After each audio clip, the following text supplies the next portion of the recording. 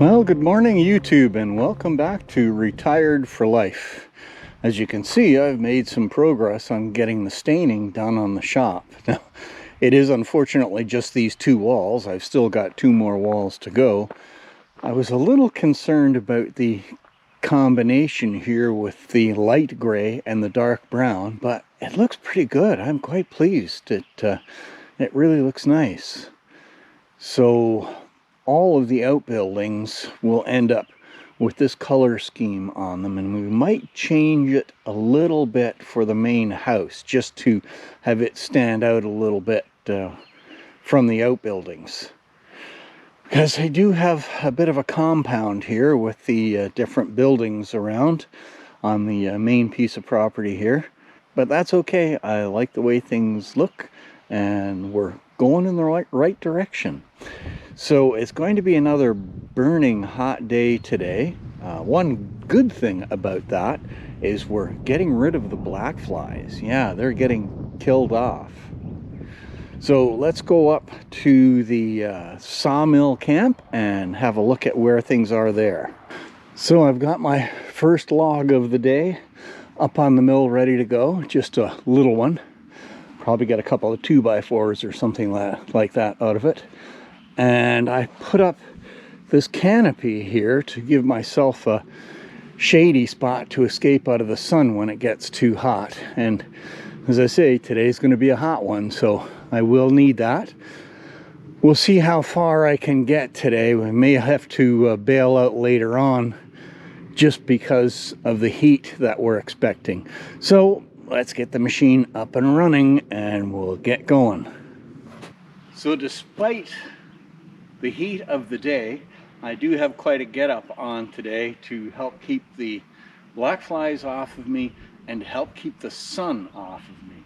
Because this thing is up on top of a hill, basically on a rock, and exposed to the sun, it can get very hot and you can end up with a very severe sunburn. So I get a little carried away and try to be as careful as I can by covering as much as I can, including the back of my neck, because as I'm pushing this thing along, that sun's beating down on the back of my neck. And I have had the occasion where my ears have gotten so burned that I couldn't lay my head down on the pillow. So we take precautions and try to stay healthy and move along, despite how funny it looks. Well, it's still not noon. I've been cutting for a little while and it is blistering hot. So I'm going to retire to the shop for a few minutes to catch my breath, and let me show you one of the very decadent add-ons that now is in here.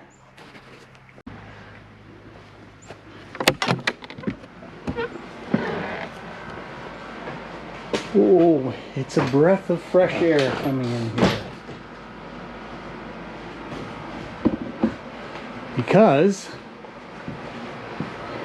thanks to a donation we got, the shop is now air conditioned. Now, if that isn't decadent for a workshop, I don't know what is. So it's just around 20 degrees up at the ceiling here, and quite comfortable at floor level. So let's sit down and cool off for a little bit before I get back at it. Oh, what a treat. Thank you very much for this. Well, the problem with sitting down here beside my lovely air conditioner in my nice air-conditioned shop is that the longer I sit here, the hotter it gets outside. It is just after 11 now, so we are still an hour or so away from our peak temperature out there. Fortunately, it's not too humid, but we're already at 30 degrees just outside the shop, so it's getting hot. So we'll keep our break rather short and then get up and get sawing again. I've been at it since about 9 o'clock, and I have gotten through 4 logs so far. Small logs, but nonetheless, progress. That's what matters. See if I can get at least 1 more, maybe 2, before I just fold from the heat. And then I'll come back in here and cool off for a little bit and figure out what to do for the rest of the day. It is getting hot.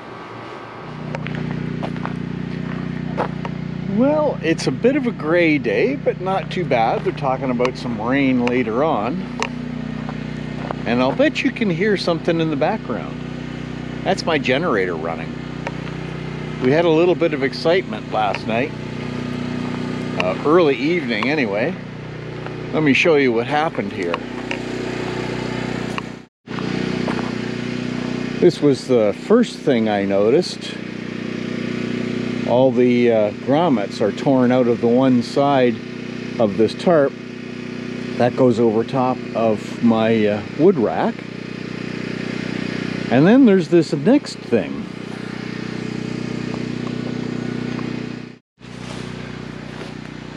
Yeah, this limb laying here, good 20 feet long, was not here initially. It was up here. Perfectly healthy limb, snapped out of that tree. We had one heck of a storm come through that lasted all of about 10 minutes. But it did some serious damage around here. And from what I can tell from the Hydro One site, there is many thousands of people without power. And I got really lucky here, because that limb came down right over top of the snowmobile. And as you can see, it's done some damage. So we'll have to figure out if I can fix this or what the story is. And so I've got some pretty good bends in some of these poles. I might be able to partially repair it, but we'll see. I'll have to take it apart, or at least this back section apart, so I can try and tape up all these holes. So I consider myself really pretty lucky. We got away with very, very little damage. I mean, that's the worst of it that I just showed you. And of course, we've got the generator. So everybody in our area is without power. But with that generator running up there, and the Generlink switch that I have, it's like there was never an issue. I'll show you that. So all I have to do when we have a power outage, start up my generator, run this cable over to the Generlink switch that is installed underneath my meter. I turn off the power in the house, plug this cable in, turn the power back on, and the whole house has hydro again. It's amazing. Now, there's nothing automatic where it will come on its own or anything like that in case of a power outage. You have to do it all manually. But when the power comes back on, there's a little signal light that comes on the bottom of the switch. So I turn the power back off again, unplug the generator cable, shut the generator down, and then turn the power back on, and we're back onto the regular hydro. So considering the amount of times that we are without power up here, this thing is a godsend.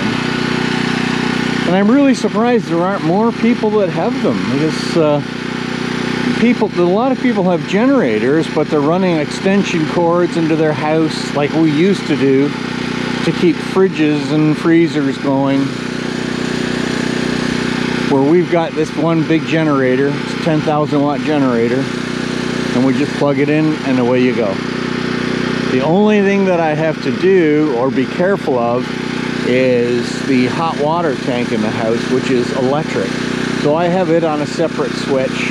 So I turn the power off to the hot water heater, and then once every 12 hours or so, I'll unplug the fridges and freezers, flip the switch, and let the hot water tank heat back up again for about an hour, and then turn it back off. Pretty simple. Alright, so we're getting a little low on fuel for this thing, and it looks like we're going to be without power for a few days. So we're going to go do a trip into the gas station and go get some gas. Now there's something you don't see too often. I don't think that silo is going to stay up too much longer. It's been out of use for many, many years, but now it's got a pretty good lean to it.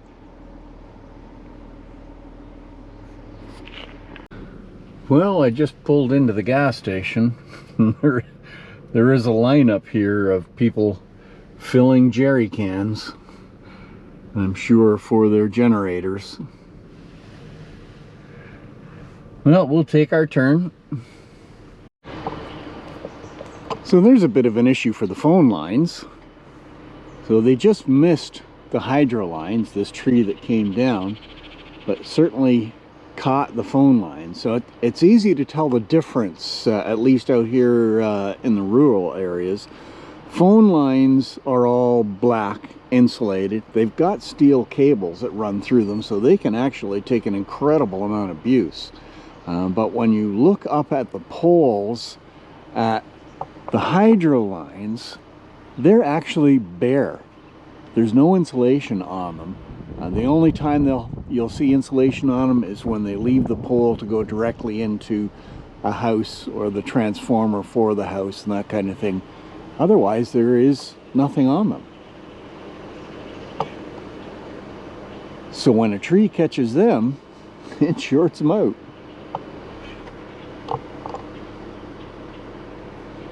Okay, we got our fuel. Took a little while in line, but we got it, and let's go get fuel treatment in it and get the gas tank for the generator topped right up. Okay guys, that's going to be it for today's video. We'll see about getting out into the bush and start checking out some of the damage back there. See how much work there is to getting the trails clear again. So thanks very much for watching, and we'll see you out on the trails the next time.